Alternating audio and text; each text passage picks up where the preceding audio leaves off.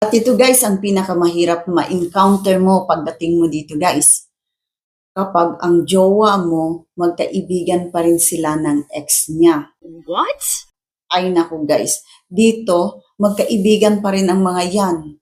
Tapos baliwala lang sa kanila yan guys. O alam naman natin tayo mga Pinoy, naku po, mamumroblema na tayo kapag yung asawa o jowa natin nag-uusap pa ng ex niya. O, 'di ba? Mag-uusap sila. O, 'di ba? Kung ano-ano na iisipin natin. O, sa kanila wala na 'yun, guys.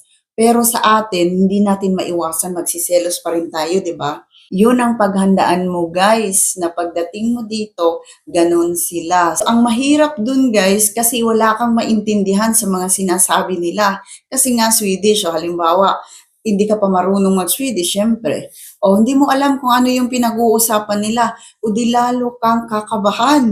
O di ba? So ganun guys. Pero sasabihin ko lang sa inyo guys na ganun talaga dito. Magkaibigan pa rin sila. Kahit na ano, lalo na kapag may mga anak guys. O lalo na kapag may mga anak. So ayun, magkaibigan talaga sila. At saka nag-uusap pa rin sila. So ganun guys, alam ko yan na pinakamasakit talaga yan. So pahirap talaga yan i-adjust guys.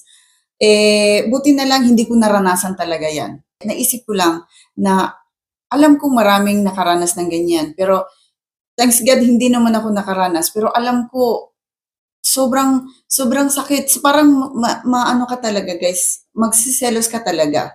Lalo na kapag hindi mo naintindihan yung mga pinagsasabi nila. So, ganun.